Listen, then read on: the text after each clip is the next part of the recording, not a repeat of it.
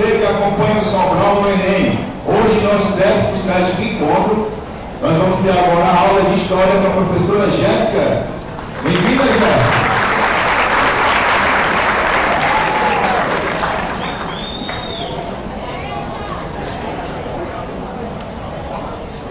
Obrigada, Fernando. Bom dia, Sobral no Enem. Bom dia! Cara, que galera animada, eu já gostei, entendeu? Só que esse pessoal aqui desse lado eu tô achando meio desmotivado. Como era a frase, hein, lá? Era, de um lado era o objetivo. Passar no Enem. E aqui era? Vamos lá. Sobral no Enem. Esse lá, eu vou mudar, porque eu acho que falar objetivo, passar no Enem, eu acho que é mais intenso, tá? Então vocês é que vão falar isso, beleza? Vamos lá. Pessoal, qual é o objetivo de vocês às 8h20 da manhã? Vocês que devem estar na praia, vocês que devem estar... Claro, sábado, por que não, cara? Lógico. Vocês que devem estar na praia, vocês que devem estar, sei lá, mais tarde marcando no cinema, acordando agora. Olha que maravilha, tá acordando agora, pleno de 20. Vem cá, esse lado aqui. Qual é o objetivo de vocês? Passar o Enem. Não quero passar não. Quero não. Bora, de novo. Lado esquerdo. Qual é o objetivo de vocês? Passar o Enem. Agora eu gostei. E esse lado aqui, qual é o objetivo de vocês? Passar o Enem. Mano, vocês estão meio... Mas o objetivo no final das contas é o mesmo, né, gente? Ó, eu queria, antes de começar, dar uma salva de palmas pra vocês, porque vocês são merecedores, galera. 8h30 da manhã, vocês estarem aqui, com garra, com o livro aberto, na expectativa de conteúdo, então vocês são merecedores sim, tá? Deixa eu me apresentar. Muito prazer, sou a professora Jéssica de Souza. Esse controle aqui é diferente do que eu uso. Deixa eu ver qual é o que passa aqui. Vai de cabeça pra baixo. Eu sou tipo o Fernando, entendeu? Eu não sabia que mandava áudio pelo Instagram. Mentira, sabia sim. Qual é o que passa? Passa e volta. Vamos testar. Aponta pra cá. Não tá indo. Cara, que vai ser meu Riquelme, entendeu? Bora, Riquelme, aí tu passa.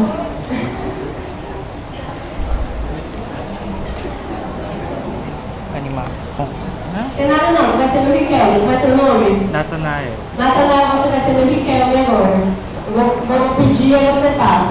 Galera, deixa eu me apresentar. Muito prazer, eu sou a professora Jéssica de Souza, professora de História e Atualidades. Estou muito feliz, vim de Fortaleza, passei a madrugada dentro do busão, porque eu tenho coragem de dirigir de madrugada, porque eu não confio no meu sono, entendeu? Então vim de busão e estou aqui com um imenso prazer para passar algumas dicas para vocês. Vem cá, deixa eu conhecer primeiro vocês. Alguém aqui quer história? Mano, tem um doido ali atrás, ó. Ali. Vale, meu Deus, tem um bocado de doido aqui nesse auditório. Gente do céu, vocês têm noção do que vocês estão fazendo na vida de vocês? Vocês querem história mesmo? Sério? Gostei. E assim, primeira vez que eu vejo tanta gente querendo história, levantei a mão de novo para olhar as carinhas de vocês. Que massa, galera. Fico muito feliz. E eu tô vendo... Ei, mas baixa a mão para deixa eu olhar de novo. Baixa aqui, levanta aqui desse lado. Mas tem um monte de homem levantando o braço. Não tem nenhuma mulher que quer história? Ah, gostei. Porque eu vim representando a classe, entendeu? Me falaram que aqui só tinha macho. Ah, é um macho feio? Não, é um macho bem bonito. Mas só tem macho. Então eu vim representando a classe das professoras. Inclusive a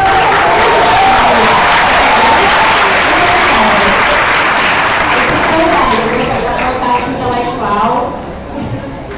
Gente, ó, então pronto, vamos lá. Antes da gente começar, eu trouxe algumas dicas para vocês. Vocês sabem que a gente tem algumas apostas pro Enem, né? A gente sempre tem. Ano passado, a gente fez uma aula lá em Fortaleza, dentro fotos rolando aulas no shopping Sobral. Mas lá no passado a gente fez um aulão, juntou uns 10 professores tops de história. Aí a gente chegou com os top 5 do Enem. Cara, vai cair reforma luterana, que era na época da reforma luterana. Vai cair Primeira Guerra, vai cair isso aqui, vai cair já uma de coisa. Quando chegou na hora do Enem, caiu por número. Aí você fica frustrado, né? Não, sempre cai alguma coisa. A gente sempre tem algumas apostas. Ano passado, por exemplo, formação do Estado de Israel, Constituição de 88, Constituição Cidadã, caiu no Enem. Vocês vão, alguém vai tentar para a UES de Fortaleza aqui? Ou vai ser todo mundo para cá? Tem? Só uma pessoa isolada. Mas você é de Fortaleza, amor? Que tem uma? Ah, verdade. Mas assim, alguém vai ficar para lá, né? Só uma pessoa. E uma, todo mundo. Pronto, show. Galera, existem algumas apostas, tá? Vamos lá. Com relação ao Enem, eu trouxe até para vocês, se quer, eu vou passar para mim, Kelvin. Ó, a imagem não está dando para ver muito bem, mas ó, eu trouxe uma tabela mostrando os principais temas, os principais tópicos e as apostas que podem cair no Enem, tá? Se vocês observarem aqui, ó, primeiro, 1789, eu coloquei Revolução Francesa e a Declaração dos Direitos do Homem. Galera, esses tópicos que eu coloquei para vocês são as efemérides do Enem. O que significa isso? Coisas que estão fechando o ano, coisas que estão completando o ano, coisas que são datas comemorativas e que são apostas e que podem cair sim. E de fato, gente, eu acho que pode cair. Meu povo, eu não sei se vocês acompanham a atualidade, mas a atualidade está cada vez mais frequente no Enem, tá? Está cada vez mais frequente. A atualidade, eu posso chutar e dizer que 10% do Enem hoje é atualidade. Assim como os outros vestibulares que vocês forem fazer, se vocês forem tentar vestibular em Fortaleza, também cai muita atualidade, tá? E o que está rolando na França hoje, eu não sei se vocês acompanham, um negócio chamado colete amarelo. Vocês já ouviram falar? Os coletes amarelos? Não? Seguinte, ó. Alguém falou? Não?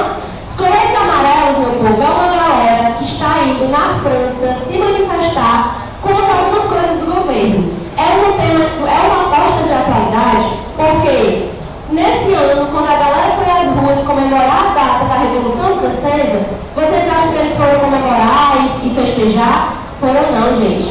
Galera francesa botou fogo em lixo, botou fogo nas ruas, fez passeata. Na França, gente, a Praça da Concórdia é a praça onde rolou a guilhotina na Revolução Francesa. Vocês se ligam? O período onde a galera quase não perdeu o pescoço, né? A galera diz que dentro na Praça da Concórdia, até hoje, tem um cheiro de sangue, meu povo. Você chega lá, você sente um cheiro de cobre, um cheiro de sangue, de tanta gente que foi morta durante esse período da Revolução Francesa. E aí, galera manifestando na Praça da Concórdia, manifestando na Champs-Élysées. A Champs-Élysées, gente, é uma praça onde tem as principais lojas do mundo lá dentro. E o pessoal escolhe o que para manifestar? Justamente essa rua. A galera manifesta na frente do Arco do Triunfo. Conhecem o Arco do Triunfo? Acho que não, né? Eu acho que vocês têm uma leve ideia só do que é o Arco do Triunfo, né? Galera, o pessoal manifesta na frente do Arco do Triunfo. Já sabe, né? Se vocês quiserem manifestar, vou brincando. Vou não. Ei, gente, então assim, a população francesa foi comemorar a Revolução Francesa e aí aproveitou para se manifestar. É uma aposta para atualidades, porque pode comparar a Revolução Francesa com a questão dos coletes amarelos. Por que colete amarelo? Alguém sabe? Porque lá na França, gente, colete amarelo, ele é colocado em caso de acidente de trânsito. Em algum problema de trânsito, a galera bota o coletinho e aí é tipo nosso fone, é tipo nosso pisca-alerta para sinalizar que aconteceu algum problema. Pessoal, por conta dos impostos da gasolina, que aumentaram de forma exacerbada, colocaram o coletinho amarelo, foram para as ruas manifestar e atrás do colete eles colocaram diversas mensagens de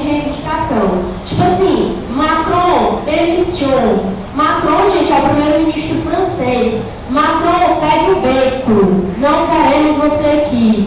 Ou então, manifestando dizendo que queria aumento salarial, manifestando sobre redução de impostos. Então, ó, se vocês acham que aqui no Brasil acontece balbúrdia, mano, em Sobral, e na França, vocês não têm nem ideia de como acontece manifestação. Revolução Francesa, Movimento de 68, agora os coletes amarelos. A França, gente, tem um histórico de revolução e isso pode cair no azeite, tá? Ponto 2. Esse aqui eu tenho.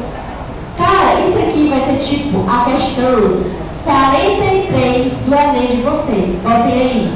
Questão 43 vai ser é porque, tipo, na UES, eu sou filha da UES, né, lá de Fortaleza, eu era conhecida como mãe loura, né, porque eu era loura. Por quê? Baixar algumas coisas em mim, não me engano. Porque o meu trabalho de monografia, vocês sabem que toda graduação você faz um trabalho no final de conclusão de curso, né? Meu trabalho de monografia era sobre religião africana. Candomblé, Umbanda, não era dessa religião não sou, mas meu trabalho foi sobre isso. Aí a galera ficava conversando comigo, dizendo que eu baixava umas coisas, Paranauê, e ó, tô baixando agora, viu, Sobral do Enem? Eu tô apostando que a questão, qual é a questão que eu disse? 42, foi? 43. A questão 43 do Enem de vocês vai ser sobre isso aqui, ó.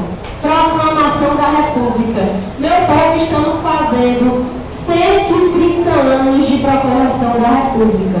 Então, assim, é um tema quase certo no Enem de vocês. Se vocês observarem, é muito pouco, né, meu povo? 130 anos é tipo 2, 3 gerações. Meu pai tem 72 anos de idade. Jéssica tem quantos anos? Não vou dizer. Mas a Mary Kate conserva, viu? Vocês olham pra minha casa, por que essas meninas elas sabem de nada? Gente, estão batendo os 30, viu? A menina fez uma cara de irmã. Que? Não, estou batendo os 30, não. Mas isso a gente deixa de lado. Sim, ó. 130 anos da Revolução Francesa, tá? É uma aposta pro Enem. Isso aqui também, ó. 100 anos do Tratado de Versalhes e da Liga das Nações. Se liga o Tratado de Versalhes, Primeira Guerra Mundial, passou na cara da Alemanha, que a Alemanha era culpada pela Primeira Guerra, passou na cara da Alemanha que ela deveria pagar uma indenização gigantesca por causa da Primeira Guerra Mundial. Vocês se ligam? Galera, esses temas aqui são apostas que vocês têm que levar para o vestibular, tá? E não lembro, dá uma folheada no livro, porque no final das contas, nesse momento, a gente está o quê? Há 3 semanas do Enem? 2 semanas? 2 semanas, né? Não é mais hora, gente, de você morrer pegando questão loucamente, pegando conteúdo loucamente, não, tá? Agora é hora de resolver questão. Errou, vai entender por que errou, vai, para não errar mais, vai resolver questão loucamente mesmo, e aí se preparar, nessa reta final, é dessa forma que a gente se prepara para o vestibular, para o Enem, para a UNA, para o que vocês forem fazer, beleza? E o Tratado de Versalhes é uma aposta também. Tanto o Tratado de Versalhes como a Liga das Nações, que está fazendo 100 anos, tá? Próximo, 29, está fazendo 80 anos da crise da Bolsa de Valores de Nova York. Se ligam, crash da Bolsa de Valores, um dos maiores índices de suicídio norte-americano. Estados Unidos passou por guerra, Primeira Guerra, passou por diversas intervenções, passou vai entrar em Guerra Fria, vai entrar em Guerra de Coreia, de Vietnã, vai passar por um monte de coisa, mas o maior índice de suicídio vai ser quando mexe no bolso deles. A crise de Nova York, gente, a crise da Bolsa de Valores, vai fazer pessoas milionárias, do nada, morarem dentro de carros. Porque não tinham casa, perderam tudo. E aí vai ser o maior índice de suicídio no período, tá? Então está fazendo 80 anos. 1939, 80 anos da Segunda Guerra Mundial. Vem cá, vocês estão anotando? Galera, esses temas aqui, eles são rocheira, viu? Pode cair de verdade. Então, ó, 80 anos da Segunda Guerra Mundial, também é uma efeméride, é uma aposta para o Enem, beleza? Próximo. Chegada do homem à Lua. Guerra Fria, gente. Anunciar?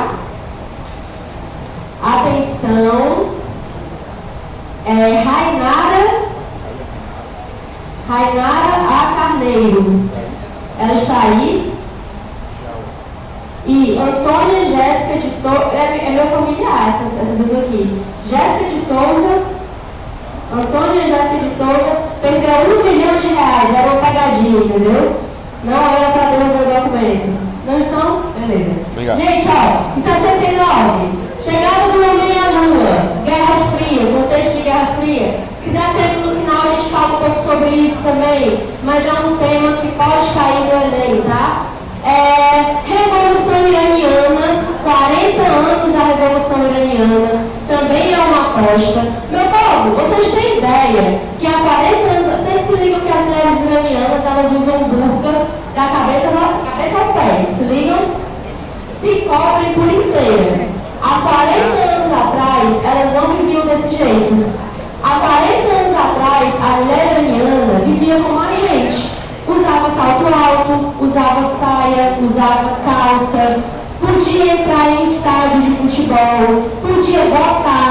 Com a Revolução Iraniana há 40 anos atrás, o cara que assumiu, o Ayatollah Khomeini, ele comparava o poder da mulher votar à prostituição. Ele dizia que era a mesma coisa, igualava prostituição ao direito da mulher votar. A mulher com a Revolução Iraniana, gente, vai perder todos os direitos. Não vai poder frequentar estádio de futebol. É tanto que semana passada, não sei se vocês acompanham o jornal, mas saiu uma notícia. Acompanha não? Como assim, cara? Semana passada saiu uma notícia no jornal, uma foto de mulheres iranianas num estádio, loucas, você viu? Loucas comemorando um jogo porque elas estavam frequentando um estádio de futebol. Porque desde a Revolução Iraniana que elas não podem fazer isso. Não pode usar maquiagem, não pode usar determinadas roupas, ficam cobertas dos pés à cabeça. Tu imagina, 40 anos de idade, vocês devem ter pais com 40 anos de idade. Deve ter alguém aqui com 40 anos? Não, a senhora não tem não. Não tem como não. Como é o nome da senhora? Hã? Mais de 40. Mais de 40? Como é o nome da senhora? Hã? Raimunda Irene. A dona Raimunda.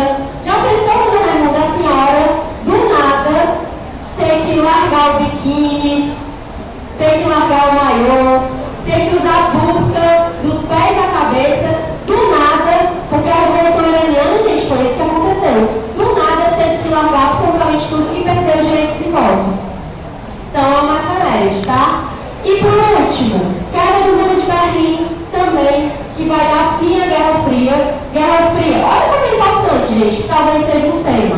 Porque a Guerra Fria vai começar do final da Segunda Guerra Mundial, é uma efeméride da Segunda Guerra Mundial, e a queda do Muro de Berlim, que vai dar fim à Guerra Fria. Então, é uma efeméride também, beleza? Vamos lá, seguinte, anotaram o sistema. E uma outra aposta, 25 anos do Plano Real.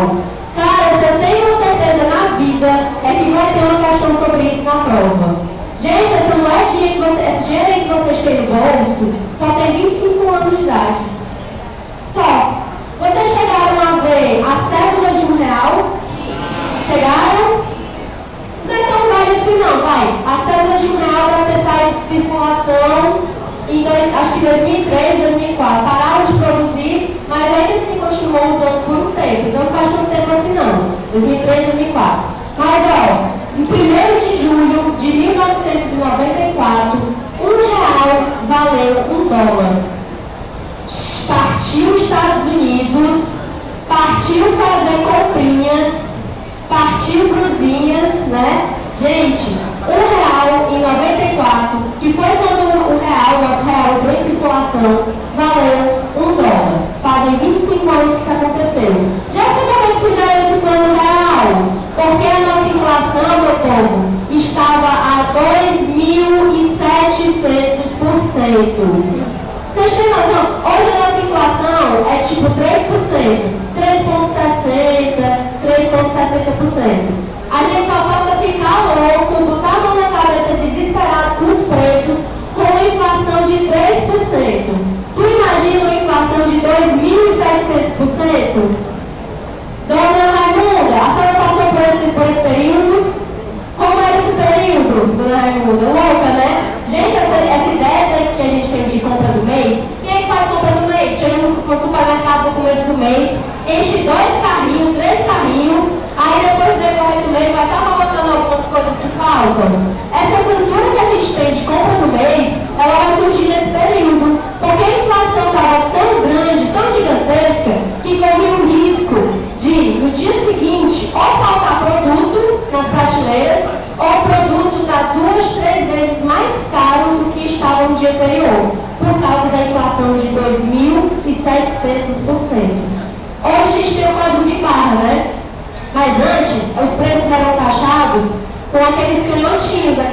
aqueles adesivos. Já tinha a função de um cara só para isso. Chegava lá e ficava tabelando os preços o tempo inteiro. Chega aqueles negocinhos, aqueles adesivos de preço, ficavam altos, ficavam um em cima do outro. Porque o tempo inteiro eles tabelando e taxando os preços por conta da inflação.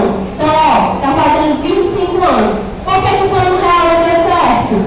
Porque antes do plano real tinha acontecido Sarney, e ele fez o plano cruzeiro, o plano cruzado e o plano Collor. Nenhum dos dois deu certo. Por que o real vai dar? Primeiro, vamos avisar.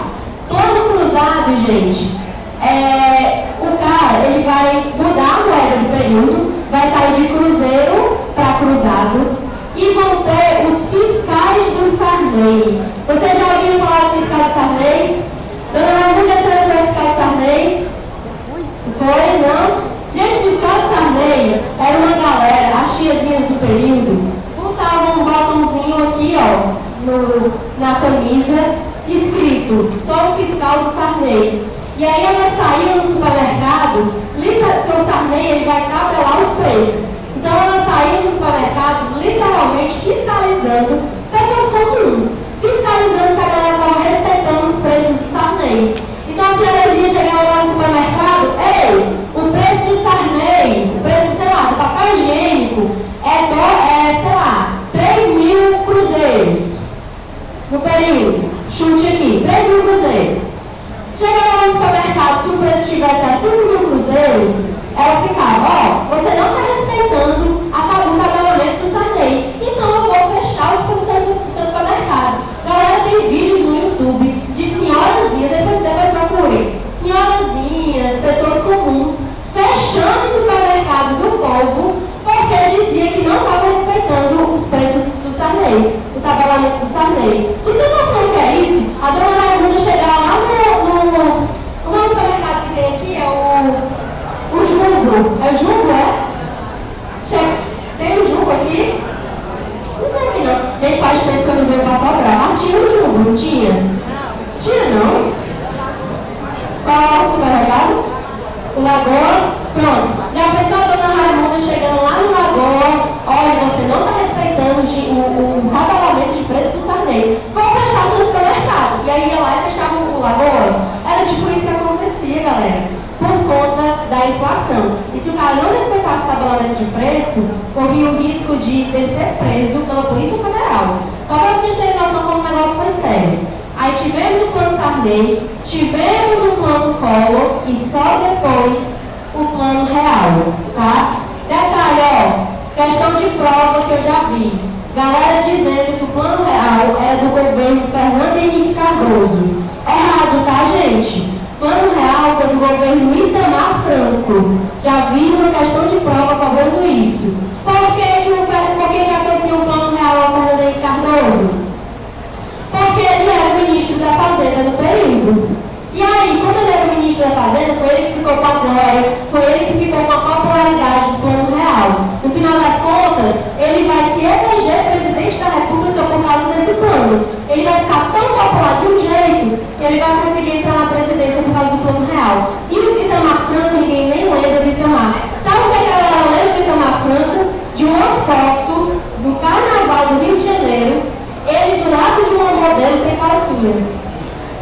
É a única coisa, sério. O cara no camarote no Rio de Janeiro, ele do lado, ele tem até essa foto no Google. Tá te procurar, né? Não. Presta atenção. Ele lá, do lado de uma modelo, a modelo tinha acabado de desfilar em alguma escola de samba, e aí, como ela tinha usado uma roupa que machucou, ela botou uma roupa normal, botou uma saia e ficou sem calcinha, criatura. E os fotógrafos embaixo, batendo foto. Vocês acham que taparam alguma coisa? Taparam não, saiu do jeito que estava na capa da Veja. Pronto, é disso que o cara é lembrado, o pobre não é lembrado. Do plano real ninguém lembra dele. Mas ó, é uma efeméride que pode cair no Enem, tá? Vamos lá, gente, vamos começar de vez. Anotaram os temas? Anotaram?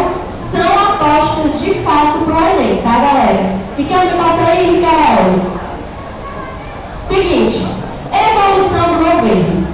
Meu povo, hoje a gente vai falar sobre alguns momentos importantes da história e a gente vai revisar alguns governos e algumas políticas importantes da história.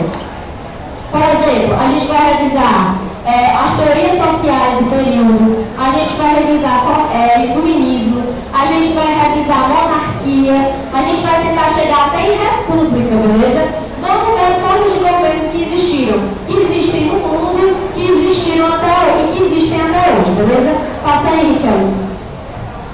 Seguinte, quando a gente fala em França, Inglaterra, quando a gente fala nos países, normalmente a gente costuma associar esses países a alguma coisa, concordam? Por quê? Porque hoje a gente sabe que os países se formaram, que tem hino, que tem bandeira, que tem uma cultura, mas nem sempre foi assim, meu povo. Me diz uma coisa, quando a gente pensa, por exemplo, em Estados Unidos, o que é que a gente costuma lembrar? Quando pensa em Estados Unidos, qual é a primeira coisa que vocês lembram? Um cara de negócio, com paletó, bem vestido, comendo hambúrguer, é a primeira coisa que eu lembro. Quando você pensa em Japão, o que é que você lembra? Pokémon? O que é que você lembra quando pensa em Japão? Eu lembro da galera nerd. Aqueles nerds na frente do computador, loucamente, estudando. Quando você pensa em Coreia do Norte, Coreia. K-pop.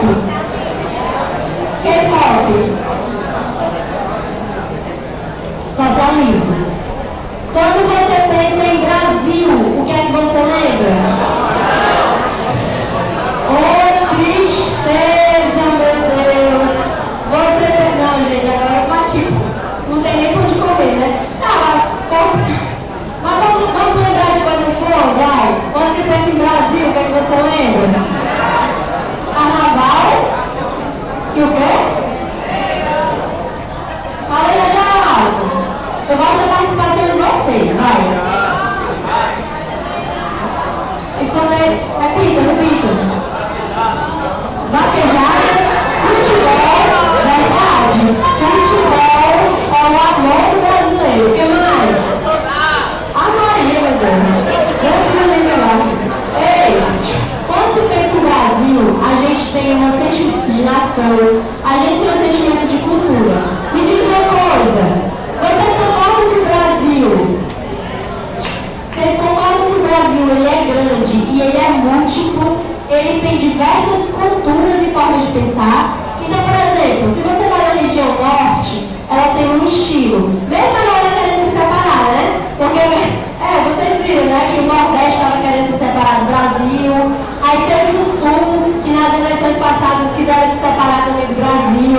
Mas, de qualquer forma, a gente tem o sentimento de brasileiro, a gente tem o sentimento de nação. Diferente da África, por exemplo. Meu povo, quando ele chega na África, por conta do imperialismo, não existe sentimento de nação com eles, não.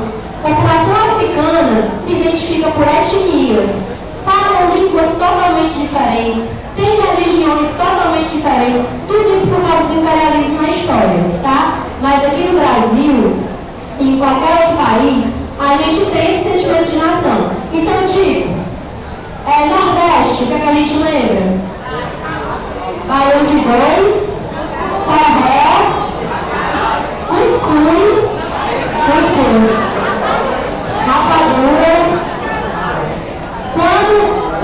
Não, mas vocês têm que esquecer de uma coisa. Uma coisa que todo canto, de falar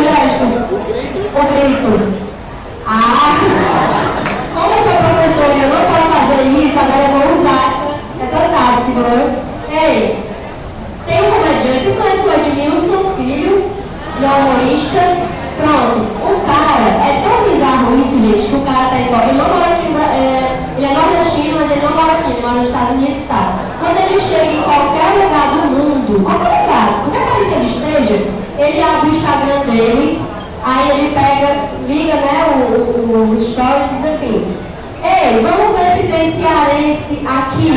Aí ele faz o... Galera, por incrível que pareça, tem sempre alguém que responde.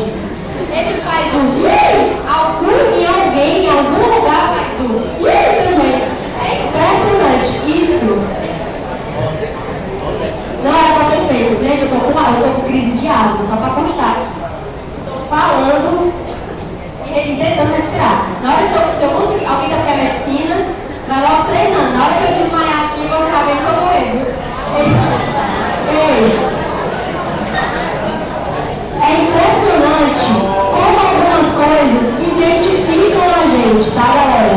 E ó, seguinte, infelizmente, a gente teve alguns problemas na história, tá? Como, por exemplo, um negocinho que vocês conhecem, o darwinismo social.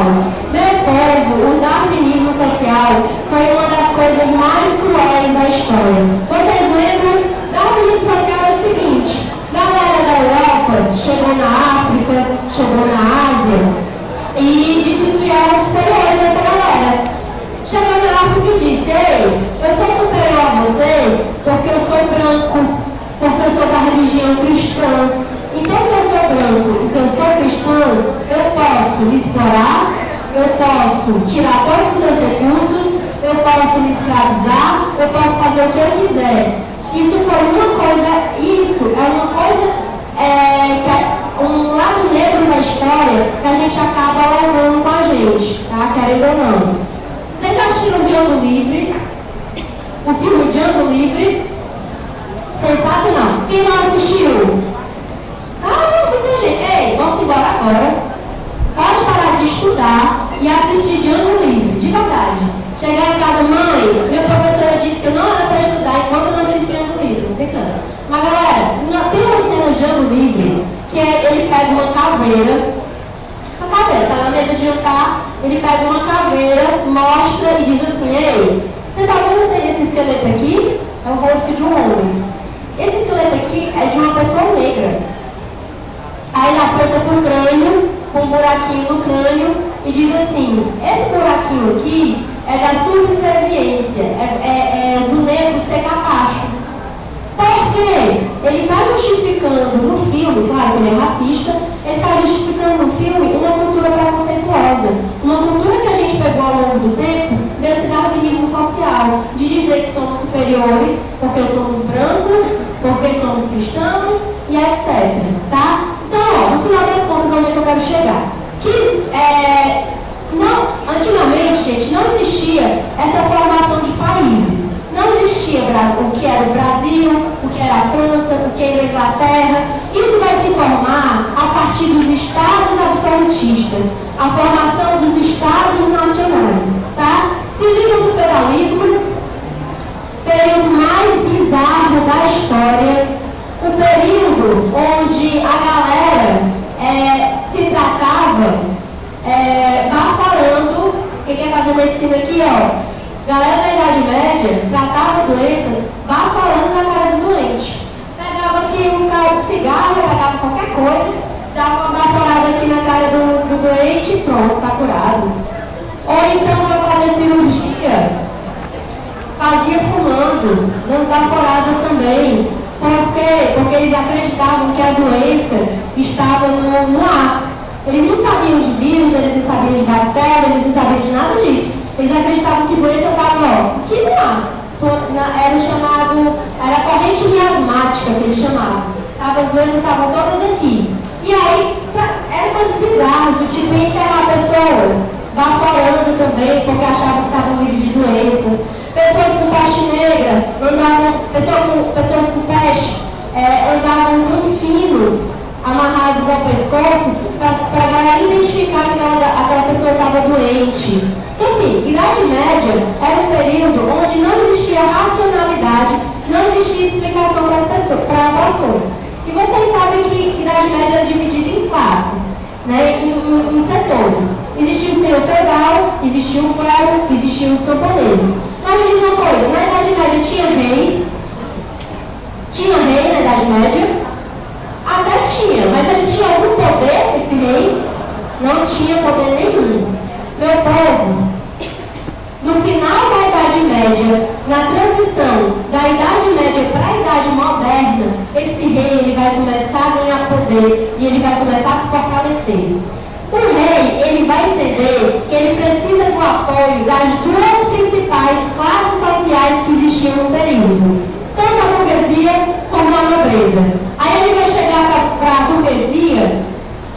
assim, burguês, ó, vocês se ligam que é o burguês, né? É aquela classe que vai surgir de comerciantes, de artesãos, que vão surgir junto com os burros. Se liga, né? Pronto. Ele vai chegar para esse burguês, para esse comerciante, vai dizer: ei, estou precisando do teu apoio, estou precisando do teu dinheiro, estou precisando de empréstimos, estou precisando de fortalecer no poder. Então faz o seguinte, me apoia que eu te apoio, que eu te ajudo também. A gente se apoia. Como é que eu vou apoiar o burguês?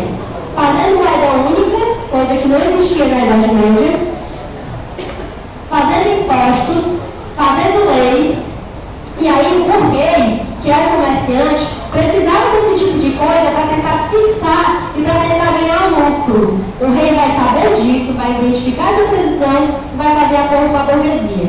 Ao mesmo tempo, esse rei, precisando se fortalecer no poder, ele vai chegar no nobre. Lembra dos nobres? Vai chegar no nobre e vai dizer: nobre, tu tem privilégios. Tu veio da cruzada lascado. A cruzada te deixou sem terra, sem dinheiro, sem nada. Faz o seguinte, me apoia. Porque se tu me apoiar, eu mantenho teus privilégios, tu não vai pagar imposto, eu vou te sustentar. E aí, topa? Quem é que tu quer ser sustentado, meu povo? Pelo amor de Deus? Claro que todo mundo quer, né? Então quer não? Fizeram assim, ó. Pessoa rica e poderosa, né? Ei, o rei, ele vai pegar o apoio tanto da burguesia quanto da nobreza e vai se estabelecer no poder.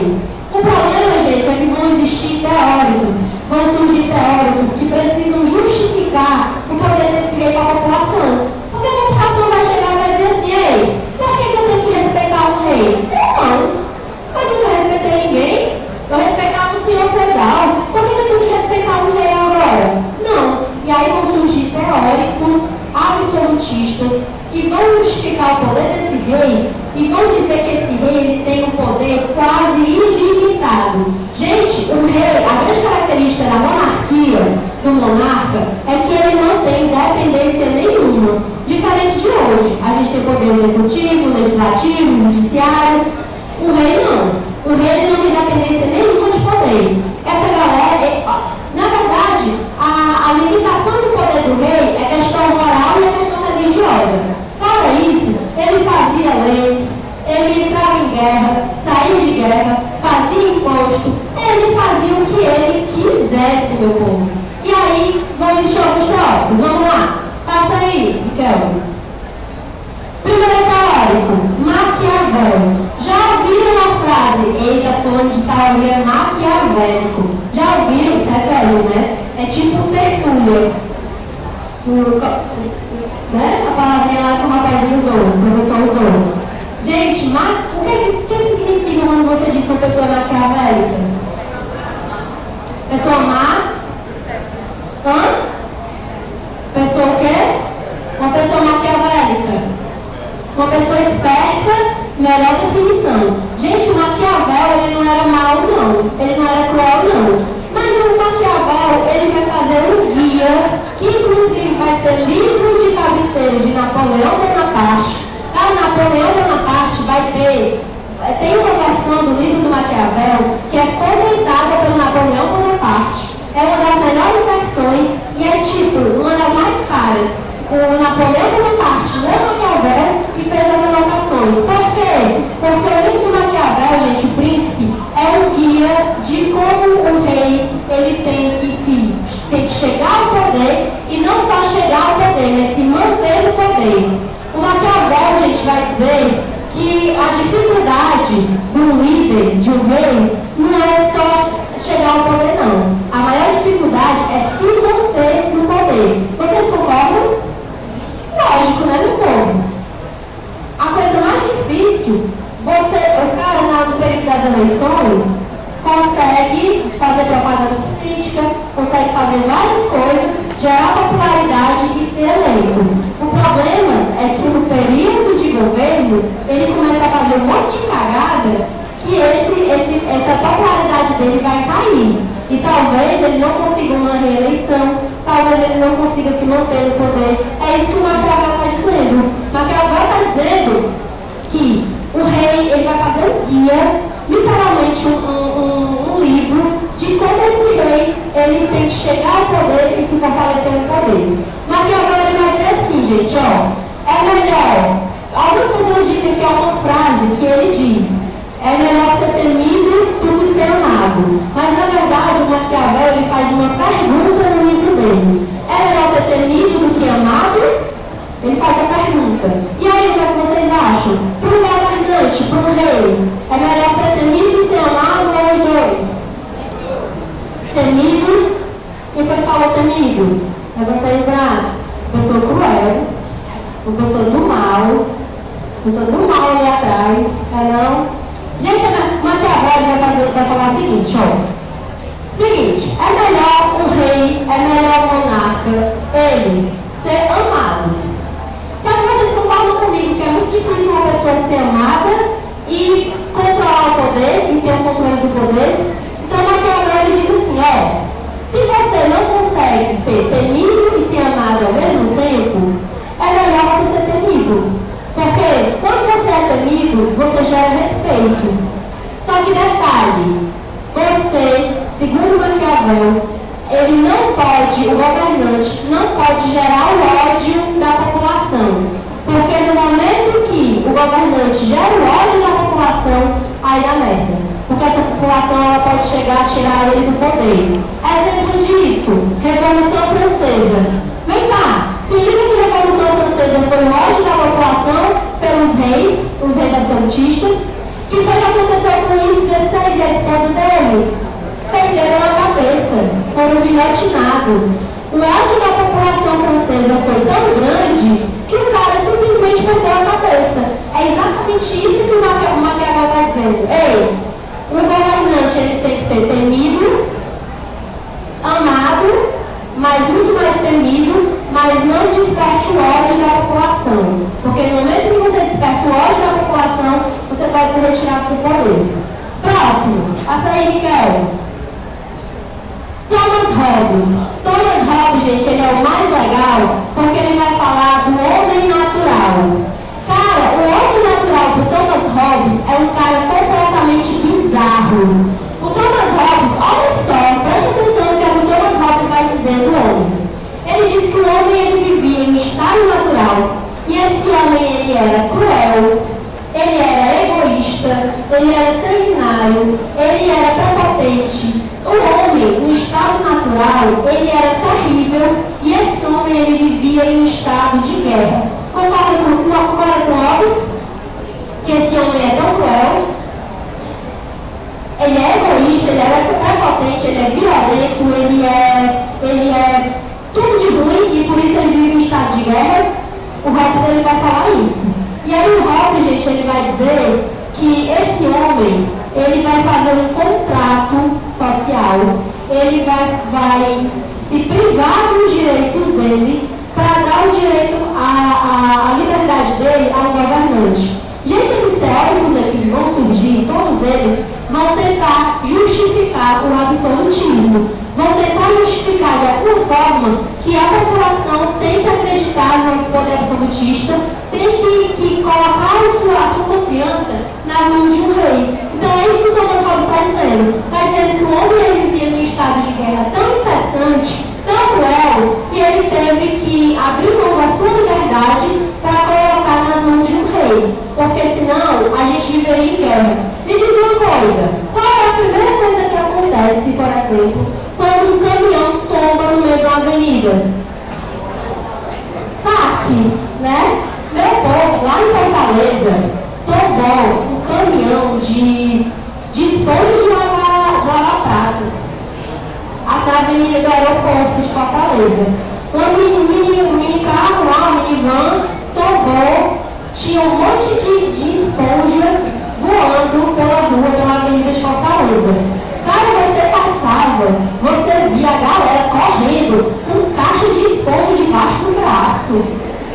Um dia desse saiu no jornal que um caminhão de frango tinha levado.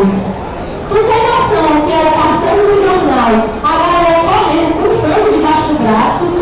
A vergonha que eu fiquei, mano, como é que pode?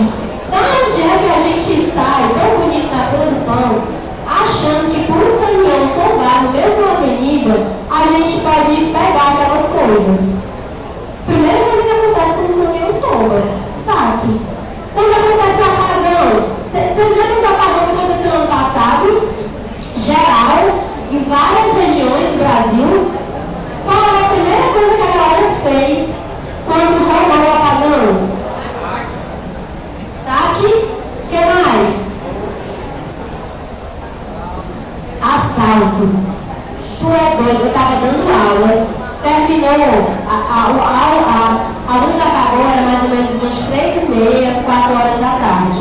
Falei, gente, ó, meus alunos, seguinte, se der, daqui a meia hora vai começar a anoitecer. Se não faltar a luz, e ninguém sabia o que estava acontecendo, né? Não tinha luz, estava sem internet, sem nada. Se não faltar a luz, vão para casa. Porque vai ter assalto, vai ter saque, vai ter um diabo de coisa.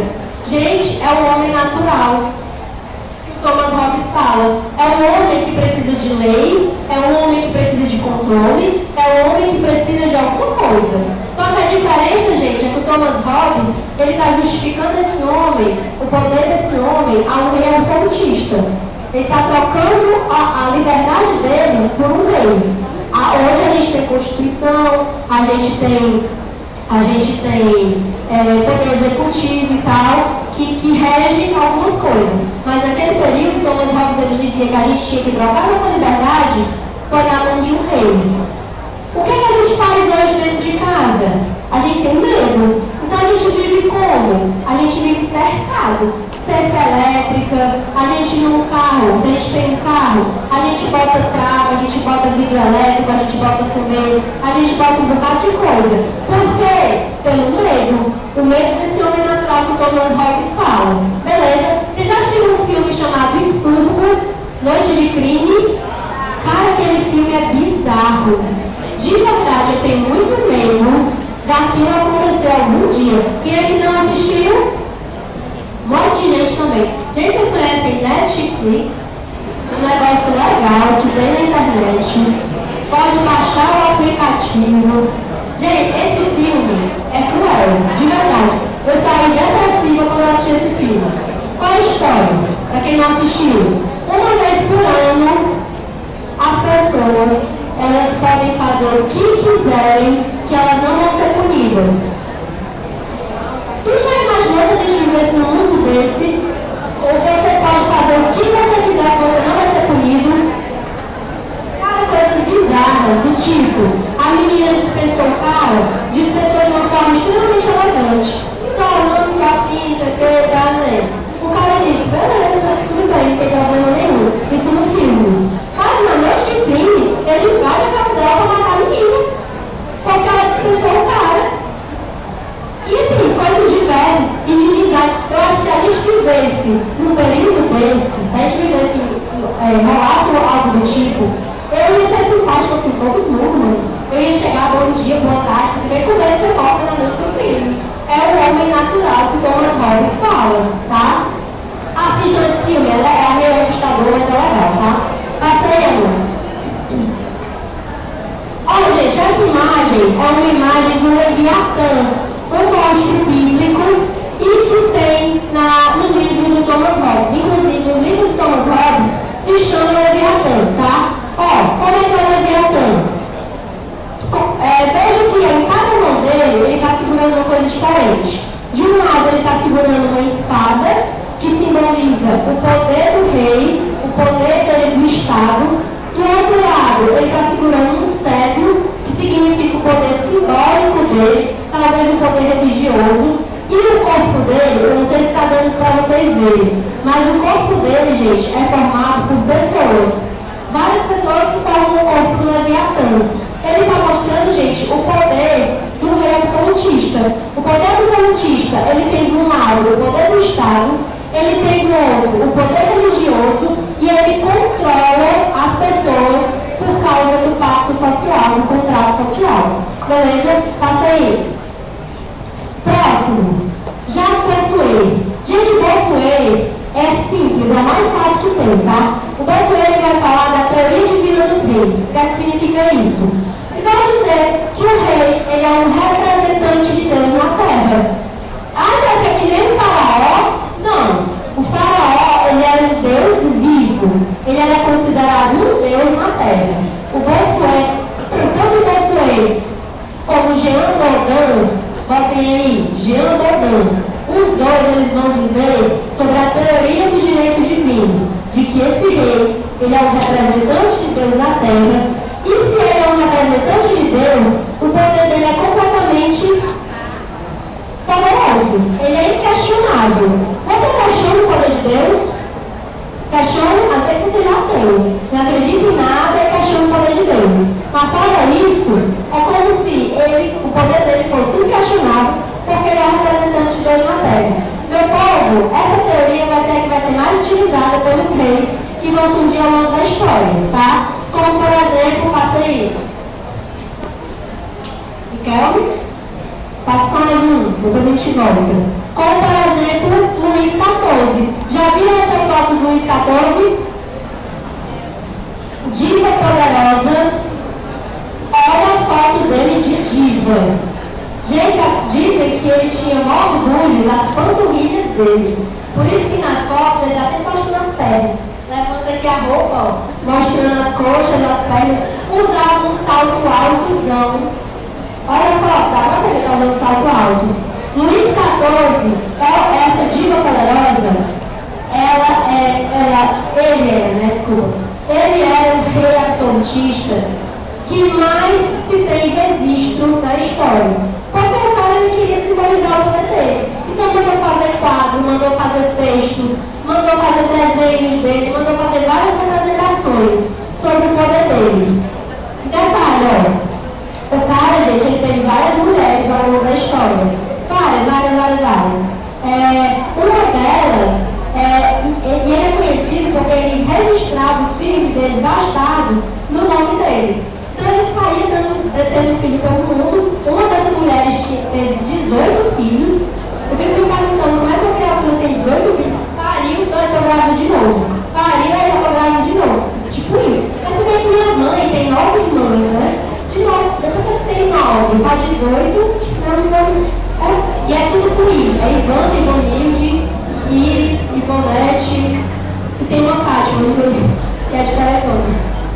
Então assim, ó, o Luís XIV, gente, vai ser um dos grandes representantes. A frase do Luís XIV, o Estado sou eu sou o Rei Sol. Por quê? Para representar esse poder divino dele. Outro exemplo, é claro que eu tinha que colocar uma rainha, né, meninas? Para representar esse poder absolutista. Um exemplo de rainha extremamente poderosa da história, Elizabeth I. Ei, não é a Elizabeth que está hoje na Inglaterra não, tá? Tudo bem que aquela velha tem 400 anos de idade, já. Está todo mundo morrendo e a velha ficando. Só vai ficar ela e o Silvio Santos na vida, certeza. Só vai ficar as duas. Mas não é não, tá? Essa Elizabeth I, gente, ela vai ser a filha do Henrique VIII com a Ana Bolena. Eita, Jéssica, tu voltou bastante. Vocês lembram do anglicanismo? Bora lá, relembrar rapidão. Anglicanismo, reforma protestante. Henrique VIII não conseguia ter filhos homens nem a pau. Era casado com Catarina de Aragão, lembra? Catarina de Aragão não conseguia dar filhos homens. Aliás, deu um, mas ele era super doente. É tanto que ele vai assumir, vai morrer super cedo. E aí ele vai se separar de Catarina de Aragão e vai se casar com a amante dele, a Ana Bolena. Chega para ir para o Papa no período e diz: Papa, quero anulação do meu casamento, porque a mulher não está conseguindo me dar filho homem. E detalhe, quem determina o sexo é o homem, né? O problema não era com ele, não era com ela, tudo bem. Aí, ele fala: essa mulher não está conseguindo me dar filho homem, quero me separar. O Papa disse: você está louco, meu amigo? O casamento é um dos 7 sacramentos da Igreja Católica. A gente já está passando por uma reforma. Você está um Lutero aí falando um bocado de besteira, tem o Calvino falando um bocado de besteira, tu ainda quer que eu anule o casamento. Até hoje o casamento não você conseguiu a anulação na igreja, gente? É tipo, muito difícil. Não tem como você conseguir. Você tem que fazer uma carta, vai pra Roma, não sei o que, é uma história. Até hoje. Tu imagina naquele período? O Papa levou, disse: olha, não vai rolar não. Ah, não? Pois beleza, vou me separar da Igreja Católica e vou fundar uma nova religião. Desculpa qualquer coisa, né? E aí forma, gente, o chamado anglicanismo. Ei, anglicanismo é a religião hoje da Inglaterra. Se vocês forem para a Inglaterra, entrarem numa igrejazinha, é super parecida com a Igreja Católica. Super parecida. Mas para lá é uma igreja anglicana. Se liga nos casamentos reais que vocês viram na TV. Casamento da Kate, casamento do príncipe. Vocês viram a cerimônia religiosa? Aquilo ali é uma cerimônia anglicana, não é uma cerimônia católica. Parece muito com a católica, mas não é, tá? É anglicana. E aí, gente, Elizabeth I era filha do Henrique VIII, com o amante que ele se separou com a amante, a Ana Bolena. Cara, ela vai ser poderosíssima. Essa mulher vai fazer a Inglaterra crescer. Vai fazer a Inglaterra acumular dinheiro, acumular capital. Essa mulher vai se associar a corsários, a piratas, para eles dominarem várias coisas em nome da Inglaterra. Em compensação, ela é chamada a Rainha Virgem. Coitada, gente. Nunca. Mas por quê? Porque ela não se casou, não teve filhos, passou 40 anos no poder, mais de 40 anos no poder, mas aí, como não teve filhos, perdeu o trono. E aí é neste período que a gente vai começar um negocinho chamado Revolução Inglesa. Se liga a Revolução Inglesa? Inclusive, a Revolução Inglesa vai dar margem para um negocinho chamado parlamentarismo, o que é a Inglaterra hoje. Vocês sabem que a Inglaterra é uma monarquia parlamentar, não é? Pronto. O que é a monarquia parlamentar? Tem lá a Elizabeth II, ela não veio logo depois da Elizabeth I não, viu? Tudo bem que ela é muito velha, mas teve um período aí da história. Mas a Elizabeth II, que ela é quase múmia, ela está lá no poder, ela é chefe de Estado, ela tem algumas influências, mas o poder dela não é total não, tá? Dentro da Inglaterra existe o chamado primeiro-ministro, tá? Inclusive, um tema de atualidades que pode cair no Enem, Brexit. Vocês viram o Brexit? O Reino Unido querendo sair da União Europeia, botem aí de lado um temazinho para vocês pesquisarem e que pode cair no Enem, Brexit. Essa semana eles vão estar votando se o Brexit vai ser aprovado ou não, tá? Se o Reino Unido, se o Reino Unido vai sair da União Europeia. Então é um tema que vocês precisam estudar. Voltando um pouquinho. Seguinte, eu não sei qual é essa questão do material de vocês. Dê uma olhadinha aí. É uma questão falando já que construí. Alguém encontra ela para mim? Qual é o número da questão? Material de vocês. Se não encontrar, não tem problema. Está aqui. Está claro para a gente ver. Tem um texto falando sobre a teoria do Bossuet. Bossuet é aquele cara do direito divino dos reis, tá? Aí ele diz assim, como não há poder político sem a vontade de Deus, todo governo, seja qual for sua origem, justo ou injusto, pacífico ou violento, é legítimo.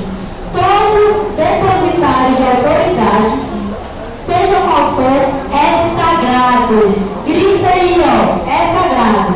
Contra ele é cometer sacrilégio. O Bossuet, gente, dizia que o crime mais cruel que você podia cometer era o crime de lesa majestade.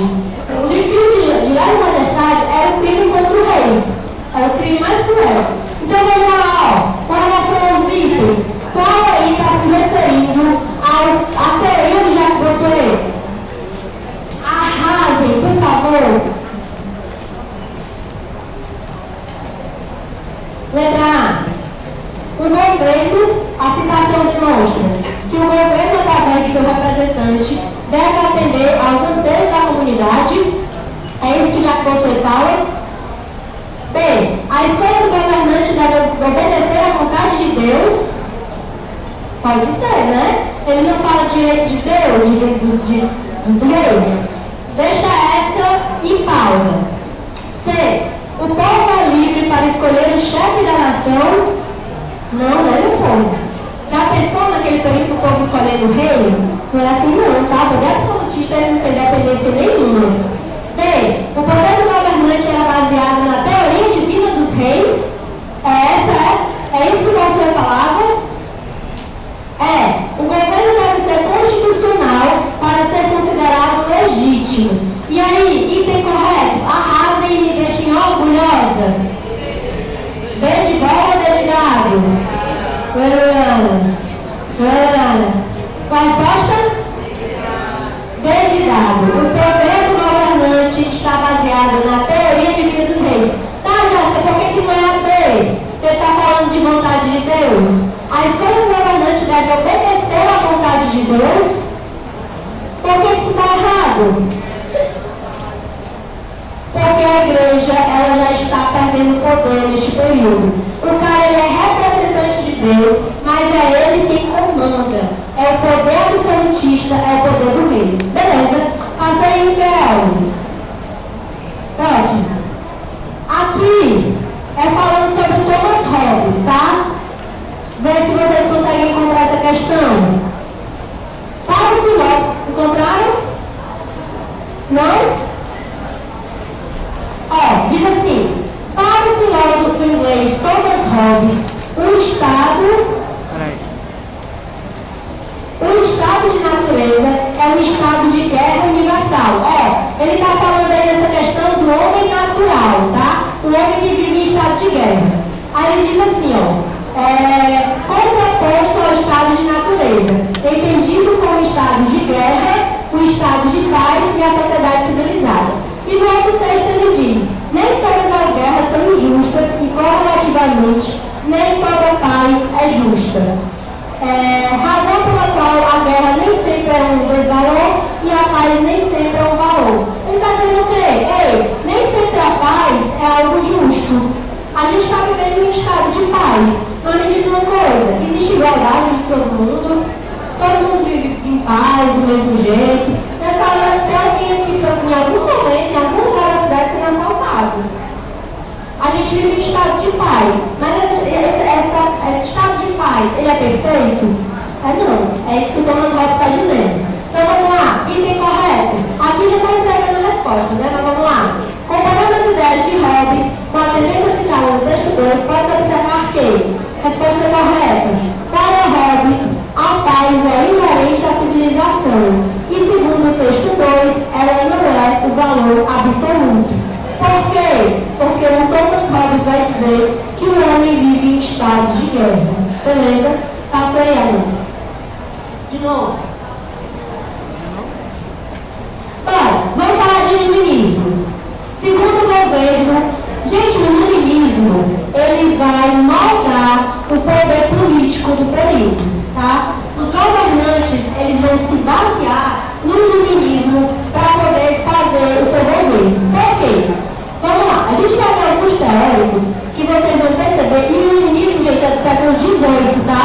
Então a gente vai ver alguns filósofos que falam sobre o que a gente utiliza hoje. Divisão de poder, direito de propriedade privada, direito de liberdade. Então o iluminismo ele vai moldar a nossa forma de governo. O iluminismo, você se liga que toda a vida, quando você abre um capítulo de história que fala sobre o iluminismo, tem aquele símbolozinho de uma luzinha, sempre tem, todo livro de história. Por que tem aquele símbolo da luz? Qual é a principal característica do iluminismo? Racionalismo, gente. Falando de iluministas, pense em racionalismo. Eles vão, a galera tem mania de dizer que os iluministas, eles vão se opor a doutrinas que vão vir futuramente, socialismo, comunismo. Tá errado, tá? O iluminismo, gente, ele vai se opor ao absolutismo. Já é uma nova forma de governo, já é uma nova forma de pensar. Então, os poderes absolutistas que existiam antes, o Hobbes, Montesquieu, o Bossuet, esses iluministas, eles vão se opor totalmente. Então, vamos lá, passa aí. Primeiro grande iluminista é o John Locke. Gente, o John Locke é lindo. Olha o que o John Locke vai dizer. Ele vai dizer que vocês direito à vida, à propriedade e à liberdade. Olha que coisa linda! Todo mundo tem direito à vida, à propriedade e à liberdade. Mas me diz uma coisa, de fato, todo mundo tem direito a esse tipo de coisa? Claro que não, né, gente? Se todo mundo tivesse direito à propriedade, a gente não via pessoas na rua, mendigos, pessoas debaixo da ponte. Todo mundo tem direito à vida, todo mundo tem direito à vida. Mas as pessoas que nascem com alguma coisa, algum problema que não chegam a nascer por algum problema. E detalhe, ó, as pessoas que utilizam, não entendo nesse assunto, tá? Mas só para que vocês entendam. Hoje existe a discussão de legalização ou não do aborto. As pessoas que são contra o aborto utilizam a ideia do John Locke, o direito à vida. Eles utilizam muito. Eles abrem a Constituição e dizem assim, ó, aqui, ó. Segundo a nossa Constituição, a gente tem direito à vida. Então a gente não pode tirar a vida de ninguém, inclusive de um recém-nascido, inclusive de um feto, tá? Thomas Hobbes vai falar sobre essas três coisas. E outra coisa, ó, o Thomas Hobbes, gente, ele vai dizer que o homem, ele tem uma frase que ele diz que o homem, mais pra frente eu vou falar isso melhor, mas que o homem, ele nasce num estado e a sociedade vai corrompendo esse homem ao longo da história. Tem um cara que vai falar melhor sobre isso, um outro filósofo iluminista, tá? Mas o Locke, ele já vai citar isso nos textos dele. Próximo. Esse aqui é o Voltaire. Botei aqui um memezinho do Voltaire, ele diz assim, ó. Você só fala merda, mas não fez o seu direito de dizê-la. É claro que o Voltaire não diz isso, né, meu povo? Mas qual é a frase mais emblemática do Voltaire? Posso não concordar com o que você diz, mas defenderei até a morte o seu direito de dizê-la. Ai, Jéssica, então isso é liberdade de expressão. Quer dizer que a gente pode falar qualquer coisa que é liberdade de expressão. Questão do Enem, eu já vi isso cair, tá? Cuidado. Um aluno uma vez levantou a mão numa aula e disse assim, Jéssica, então quer dizer que o Hitler estava certo, segundo o Voltaire. Porque era só a liberdade de expressão dele, de perseguir judeus. Tá correto isso, tá, meu povo? Tá bem cruel, eu fiquei um pouco, inclusive eu fiquei até com um pouco de medo dessa criatura. De verdade. Gente, cuidado para não confundir liberdade de expressão com intolerância. O Voltaire não é intolerância. A sua liberdade de expressão, ela encontra uma fronteira para não ofender o outro. À medida que você passa esse limite e essa fronteira de ofender ou de atingir uma outra pessoa, já não é mais Voltaire, tá? Já não é mais Voltaire. O Voltaire vai defender a liberdade de expressão, mas é a liberdade de expressão, por exemplo, que a gente perdeu no período da ditadura militar, no período da ditadura de Vargas, e alguns lugares onde não tem, lugares socialistas e tal, que não tem essa liberdade de expressão. Então, cuidado para não confundir. Próximo. Esse aqui é o Montesquieu. Gente, a gente utiliza o Montesquieu até hoje. O Montesquieu é a divisão dos três poderes. Montesquieu ele vai dizer que é impossível você deixar o poder na mão só de uma pessoa.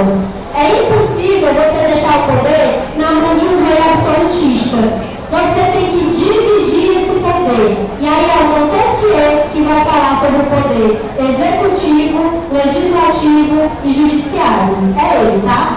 Próximo. Vamos acelerar um tiquinho. Esse aqui é o Rousseau. Eu encontrei esse primeiro na internet, eu achei genial. O Coringa nasce bom, mas a sociedade capitalista o corrompe. Mano, genial. Você já assistiu o Coringa já? A ponta de uma crítica social que o filme faz. Quem não assistiu, dá spoiler. O Coringa mata o Batman. Ei, gente, o filme do Coringa é uma crítica social e está muito baseado nas ideias do Rousseau. O Rousseau foi aquele cara que eu falei no comecinho. O Rousseau ele vai dizer que o homem ele nasce bom, mas a sociedade corrompe esse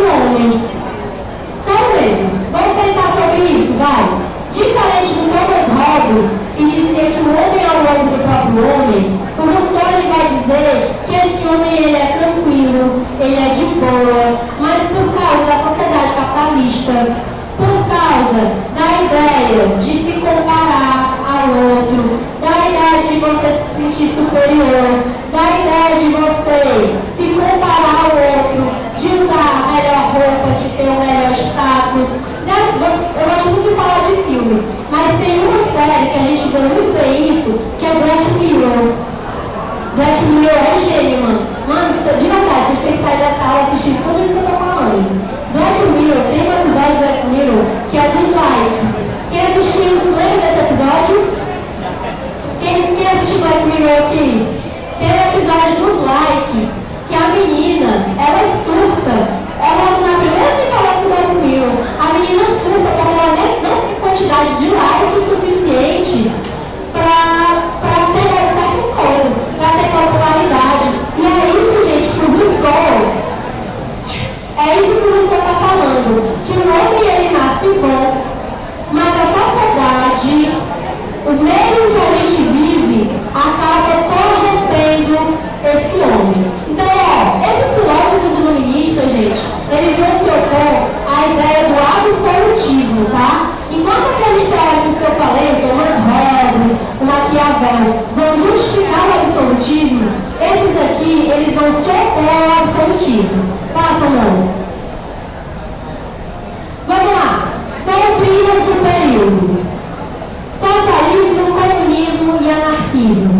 Uma forma de política que não posso dizer que existe, mas existem países que se dizem socialistas. Vocês conseguem ver exemplos de países que se dizem socialistas? China, socialismo de mercado, o que vocês conhecem como socialismo de mercado, o que mais? Coreia do Norte, cara, Coreia do Norte é bizarro. Vocês conhecem o Kim Jong-un? O carinha deste tamanhozinho, barrigudinho, parece um Pokémon, bichinho, gente. Bonitinho. Passa aí, tem uma foto dele. Esse é o Kim Jong-un, gente. Me diz que ele parece um Pokémon. Aí você olha pra cara dessa criatura, você fica, não, ele deve ser gente boa, certeza. A carinha dele de gente boa. Galera, no começo do ano, o cara se encontrou com o Trump, apertou a mão do Trump, inclusive foi uma foto histórica, rolou em tudo que foi canto, o Kim Jong-un apertando a mão do Trump e tal. Pô, mas o encontro deles não deu certo. Eles iam fazer acordos nucleares, de parar a construção de usina nuclear e tal. O encontro não deu certo. E sabe o que foi que ele fez? Simplesmente as pessoas que formaram, que montaram o encontro com o Trump, sumiram. Saiu do jornal dizendo que as pessoas que formaram o encontro dele com o Trump, não se sabe o que aconteceu com elas. O cara, gente, mandou matar o irmão. O cara mandou matar o tio. Simplesmente o tio dele estava no aeroporto. Chegou duas mulheres, só tá bom. O cara estava no aeroporto, passou duas mulheres, passou um veneno aqui na cara do tio dele. Simplesmente, por 5 minutos, o tio dele estava no chão se debatendo, no chão do aeroporto. Nunca foi comprovado que foi o Kim Jong-un. Mas a gente tem uma leve suspeita, uma leve ideia de que tenha sido ele. Alguns anos atrás, um turista norte-americano foi para a Coreia do Norte. Já tem uma matéria do Fantástico. O Fantástico ano passado fez uma matéria sensacional sobre a Coreia do Norte. Assistam, mostra lá, Coreia do Norte Fantástico, mostrando como é que é. Só para vocês terem ideia, primeiro, os repórteres passaram 6 meses de negociação para poder chegar na Coreia do Norte, poder ir para a Coreia do Norte. Foram só por data de entrada e de saída. Eles não faziam ideia do que é que iam fazer lá dentro. Aí, detalhe, lá quando um turista chega, só pode sair, só pode andar pela Coreia do Norte se tiver um guia. Não pode andar de boa, sem ninguém, só pode andar se for com um guia. O guia, a gente sabe que é um cara que está lá para lhe vigiar, tá? Aí, como eles não podem sair, dentro do hotel tem absolutamente tudo. Tem biblioteca, tem restaurante, tem sala de jogos, tem tudo. Aí o reportagem do Fantástico mostra uma livraria que tem lá dentro do hotel. Vocês chegaram nessa reportagem? Procurem. Tem lá uma placa dizendo os livros mais vendidos. Aí tem lá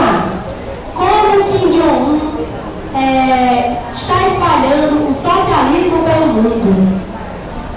Fatos da vida do Kim Jong-un. Como o Kim Jong-un está salvando a nação norte-coreana. Gente, eram livros sobre o Kim Jong-un ou do Kim Jong-un. É isso que a população norte-americana pode ler. O norte-coreano pode ler. Ele chegou no hotel, tinha um rádio lá, com um botãozinho para passar a estação e tal. Só tinha uma estação de rádio. Ligou a TV, 2 canais. Um canal de entretenimento, de jogos, e um outro canal falando sobre o Kim Jong-un. Internet.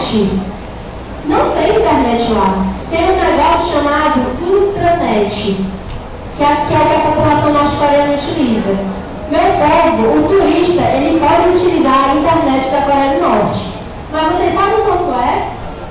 O mega é R$1.000. É melhor nem usar, né? Tipo, eu vou ficar com a internet mesmo, de boa. Você pagar para 1 giga, pagar R$1.000, mano, tá doido. É a Coreia do Norte. E a Coreia do Norte, gente, ela se diz socialista. Por quê? Partido único, controle pesado. Só que, uma observação importante, o socialismo que foi formado, que foi feito por Karl Marx, por Frederick Engels, esse socialismo, ele nunca foi utilizado, tá? Nunca foi utilizado. Na verdade, eu posso dizer para vocês que nunca existiu, por exemplo, comunismo ao longo da história. Ah, Jéssica, tem comunismo sim. Tem o Lula, o PT, não, gente, pelo amor de Deus, né? Quando eu falo em comunismo, já vê lá o Lula descendo do palanque, a Dilma dançando atrás dele, uma bandeira do PST do lado, uma bandeira do PSOL do outro. Não, gente, isso não é comunismo, tá? Vocês entendem qual é a diferença de socialismo, comunismo e anarquismo? Não? Vamos lá. Socialismo, gente, é os trabalhadores chegando no poder, tomando o poder, tá? E a ideia do socialismo é acabar com a desigualdade, acabar com a diferença de classes. A transição do socialismo para o comunismo, a grande diferença é que o comunismo ele não tem Estado nenhum. Me diz uma coisa, em algum momento da história vocês viram algum lugar onde não existe um Estado? Nunca na história, não teve um país que não existia um Estado. Portanto, meu povo, nunca existiu um comunismo no mundo. Porque nunca teve um lugar sem Estado. Mas a galera hoje está meio bizarra, né? Você olha uma pessoa vestida de vermelho, comunista. Professora de história, comunista. Certeza. A galera faz até umas tiradas no YouTube, umas ironias. Não sei se vocês viram, mas tem um canal no YouTube onde o cara, ele é uma grande ironia, uma grande brincadeira. O cara ele tá aqui de paletó, parece só a mão dele. Aí ele sai andando pela casa. Aí ele chega para a mãe dele e diz: mamãe, esse detergente vermelho, foi você que comprou? Aí ela foi, menino, por quê? Comunista. Aí dá um peteleco na cara da mãe dele. Porra! Aí ele chega na estante da casa dele, tem uma Coca-Cola, cheia bem vermelhinha. Coca-Cola, mano. Coca-Cola vermelha? Comunista. Aí derruba assim a latinha da Coca-Cola. Ele chega pro cachorrinho dele, o cachorrinho dele tá preso numa gaiolinha, né, num lugarzinho. Aí ele chega pro cachorro dele, não devia ter matado, não devia ter roubado. Comunista. Porque a galera tá bizarra hoje. Tudo a galera associa com comunismo, socialismo. Gente, vocês têm que entender o conceito. O que é o comunismo? Não tem Estado, tá? E o anarquismo? Não tem Estado também no anarquismo. Qual é a grande diferença? É que para o comunismo, gente, não tem Estado, não tem propriedade privada. Só que a grande diferença é que o comunismo ele tem uma fase de transição. Primeiro acontece o socialismo, os operários chegam, a massa trabalhadora chega ao poder, acaba com a diferença de classe, e aí depois eles vão para o comunismo, que é não ter Estado nenhum. O país ele fica num estado tão pleno que não precisa de Estado para regular ele. O anarquismo não existe essa fase de transição. Galera pega em armas a partir de uma revolução, toma o poder e tem estado nenhum. Então, assim, vocês precisam entender essa definição.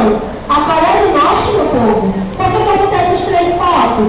Porque hoje a Coreia do Norte, ela passou a dinastia dos Kim, a dinastia dos K-pop, né?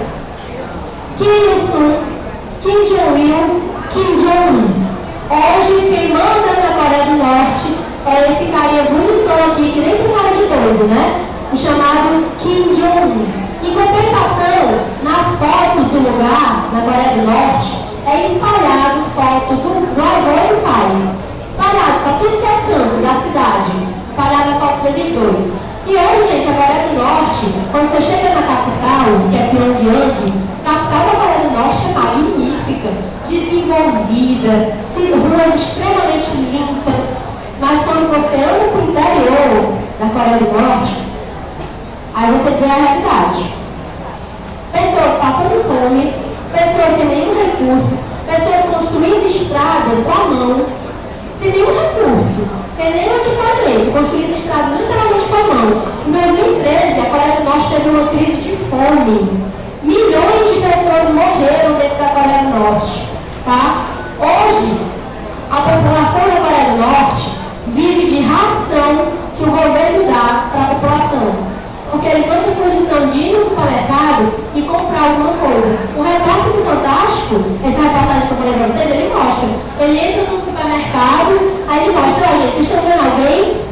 Tem um monte de funcionário, mas gente comprando alguma coisa não tem. Aí ele pega um saco de biscoito gigantesco, o bicho era grande, e diz, ó, isso aqui em valor de real é tipo 0,5 centavos.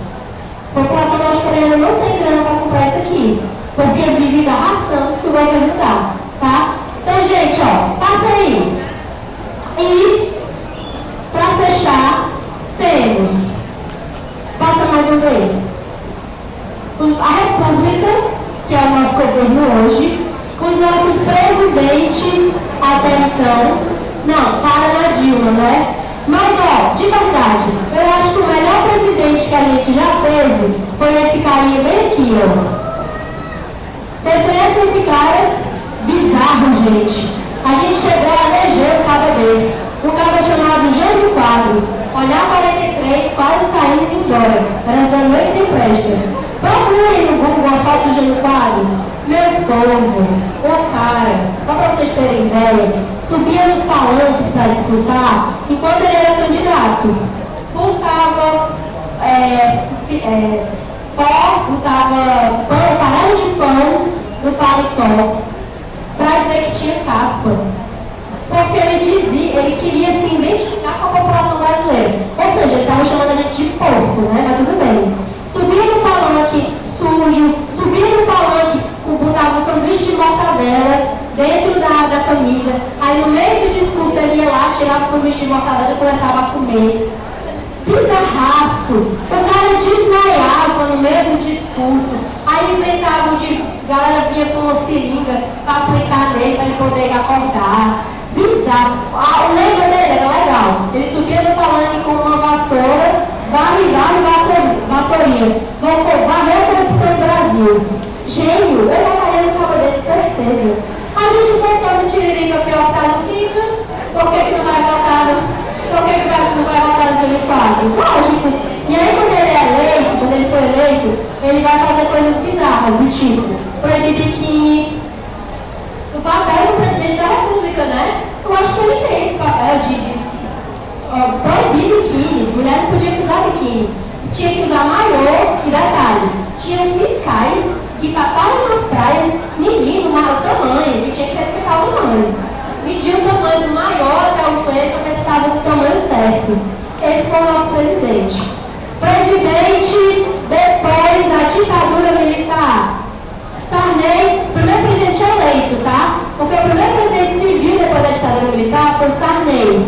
Mas o primeiro presidente eleito pela Constituição de 88, que é a nossa Constituição hoje, que a gente foi lá toda alegre, saltitante, para as urnas votar pela primeira vez, a gente votou em quem? Collor de Mello. Mano, depois de 21 anos de ditadura militar, sem a gente poder votar, sofrendo o diabo, aí a gente vota em quem? Vota quem na presidência? Collor de Mello. Foi impeachmentado e estava envolvido em um monte de casos de corrupção.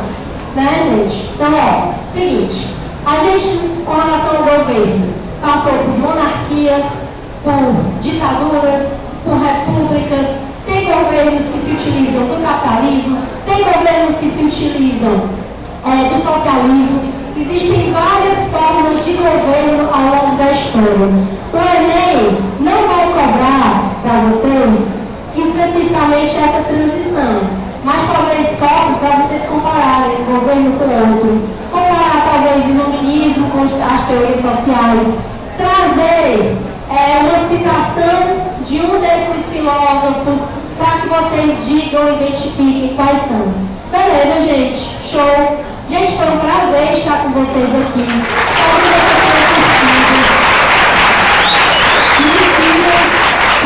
Me siga no Instagram, tiro dúvidas.